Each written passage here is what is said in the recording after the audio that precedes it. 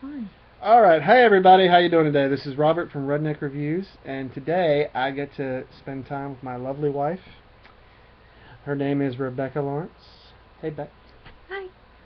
Why don't you tell? She's going to try and be one of our regular contributors. She's going to go over some of the DC heroines, and if they ever do a halfway decent Marvel heroine again, we'll get Rebecca's views on that. She's been reading comics a good while. Why don't you tell us a little bit about yourself, Beck? Well, I've been reading DC Comics for probably a really long time. Harley's is one of my favorites. Wonder Woman is one of my favorites, but really least it's become one of my least favorites since issue 52 Guy came out. Gallo. Yeah. And I do some Marvel, but they really messed up Miss Marvel, so I'm not interested in her right now. That's okay. I still love her. Anyway, today we're going to be going over me and her all-time favorite characters in the DCU, Harley Quinn, the crazy, wonderful girlfriend of the Joker. Beck, do you want to for those of you who don't know, Beck, who's Harley Quinn? Harley Quinn started off in Arkham Asylum. She was a counselor who was counseling the Joker, and at the time, Joker was starting to manipulate her in some ways and starting to turn her into a crazy psycho person that he fell in love with. And thus started one of the greatest insane love stories of all time. It's kind of what I would base our relationship on. Except she's crazier I hate to disagree, Joker. than I am. Anyway, we're gonna go in here. Let me tell you, the Harley Quinn Zero is part of the New 52. It's one of the first times she's been in a long-running comic on her own. It's not a short. It's not a short story or a short book. This is going to be a monthly series. I am not particularly a fan of this costume. I prefer the old days of the Harley Quinn for the animated series. But in the retrospect, this is a $2.99 book. In this particular issue, we have Amanda Conner, Tony Daniel, and all these other writers, Jim Lee. There are pictures from all this. If you are a fan of comic art and you like Harley Quinn, this particular issue is going to have a little bit of everything for everybody. So without any more further ado, let's begin. It starts off with Harley breaking into a storage bin right here. And she is baked.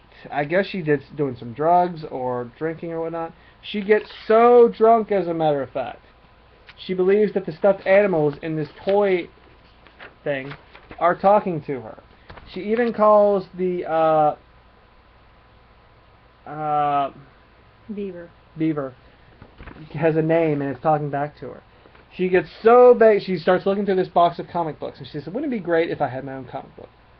It's one of our great fantasies. Having your own comic book, being that cool that someone is actually going to write stories about you. And she is just thinking about there would be broads that would dress up like me. They would worship me and stand in line and do all the crazy yucks I do. It's a great little moment. And all of a sudden, they break the third wall, and one of the writers comes up and says, "Hey, I can draw you great." And she's like, "What? No, you get everything wrong. No, I can draw something really good. But I can't tell you that because it would be against what we're supposed to tell you." Anyway, she tells her, "I can draw you in a great comic." And you see her in she says, "I can draw you great." She says, "I'll draw you as a rock star." And she turns around in this issue just to show how crazy she is, and she shoots her own bandmates. She shoots her own bandmates. But really, that doesn't really change who Harley is. I mean, it's just Harley. I mean, that's why we love her. And this next artist comes up to him, not moving it, and she comes up here, Harley as a giant killer robot. The one you like. I like it because this is the one by Tony Daniel, and she's just eating the entire city. So we're not getting that story, unfortunately. Grateful for that. And these next two comics are basically parodies of like Hawaii Five-0 or The Office. They're not particularly what I would consider what I really like about this particular issue, but it's not bad. It's not too bad. And but what happens is she starts off in the office as sort of a businesswoman, and she turns around and she says, "Listen, you should all worship at my feet." And then her boss comes out, which is supposed to be, I guess, like Steve Carell, but he's dressed like the Joker. So she just sort of goes mad and just says, "Take me, I'm yours," you know. It's this funny little moment, but it's okay. I didn't particularly like that page too much. But Ninja was worse. the next story was even worse. They drew her as a ninja. Now, I love Harley Quinn. She is a great acrobat, and she can give Batman a run for his money just as well as the Joker can. But no, I don't think of her as a ninja. She's not ninja. Okay?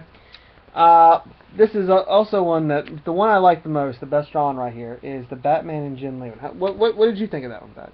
It was actually pretty good.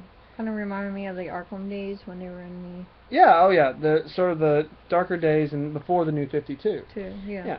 Well, this one right here, it's by Jim Lee, and it's basically a reprint with the new costume, which is not bad. It's just I'm more of a fan of the Bruce Timm one. But if you really like Jim Lee, this was a great little issue or whatnot. But no, don't. I didn't mean to. Just don't focus on the camera. All right, sorry.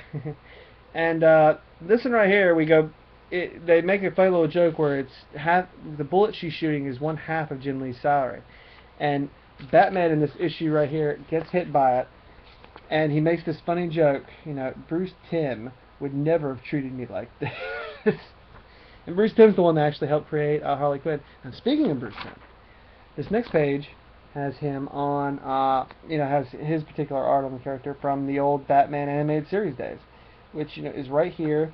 He's up here talking to Harley Quinn, and they go into one of the greatest jokes of the old Batman animated series, which involves a motorcycle and Harley. But I can't go into it with you in respect to our founder, Lane White. But if you're a fan of the older series and you just want a little nudge to that particular episode I'm talking about, this would be a great comic for you. It's only $2.99. But I'm not going to go into the joke on that out of respect. Anyway, the rest of them they're okay. They're by Little Charlie Alfred, and they're basically stuff on what if they were like a Veronica and Betty sort of story, and a teen years story. The stuff that you wouldn't like Harley in. They were just trying to make a joke about it. Did you like that particular one? No, not to me. Not even the high school one. I like Harley as Harley, a awesome chick who just happens to be insane.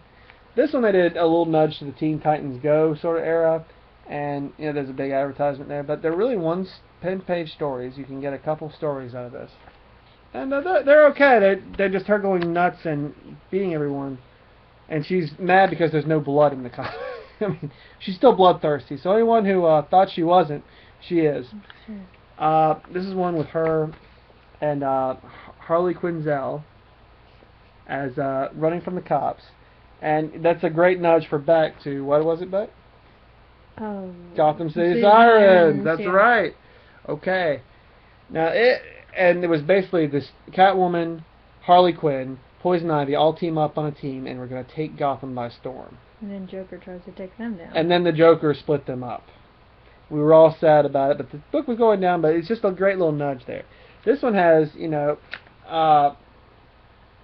sort of a Bob Kane story, but it's not as dark, or it's not Sin City with Harley Quinn, but it sort of gives you that idea with the art. Mm-hmm. And I love that one. The next one, she has her sort of as our Roxy Rocket, or the Supergirl star. It's a great art, just the story didn't do it for me. What? Nothing. Continue.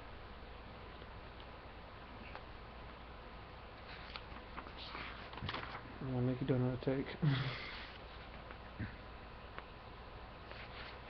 Alright, there's a couple more stories in here, but they're all different stories. I'm just going to get to the end for it, everybody, real quick. If you're really interested in whatnot, please pick up the issue, because it's great. But anyway, through all this story, through all of this area right here, you see her waking up from her dream. Apparently she was so baked she imagined all this. But you see her coming there, and in one of the comic boxes, apparently someone planted a bomb.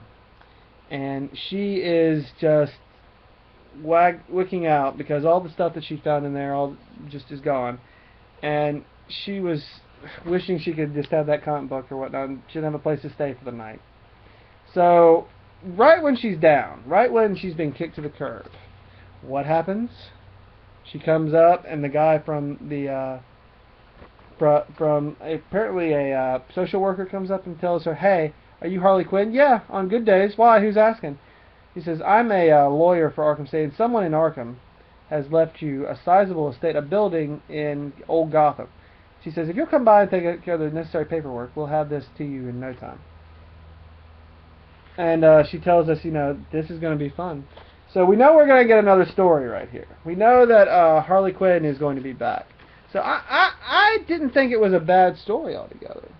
It wasn't bad too. It just had one or two things that weren't the absolute what we were looking for. As far as the story, it was more of a funny sort of take on the character. But what did you think, Buck? It was funny, but it wasn't originally Harley Quinn that I'm used to. It's not what we're used to. But as far as everything goes, I would give the story a 4 and the art a 5 because you get a little bit of everything in here. The only reason I say a 4 is I took off a point because there's so many ads in here too. If it's more than 6 ads, I take off a point. So if you're interested, guys, the Redneck review for Harley Quinn is a 4 on the art. And what would we a 4 on the story. What would you say about the art, Beck? 5. 5 because it gives a little bit of everything. Thanks a lot, guys. We're gonna get y'all through that's your Redneck review from Robert and Rebecca. Rebecca, thank you for coming and helping us today. This was her first review too, so if you hear me, that's just me being a hubby and helping her to get out of her shell. I want her to do more of our crazy heroines or villainesses, either one you want to call them. So thank y'all so much. Bye bye.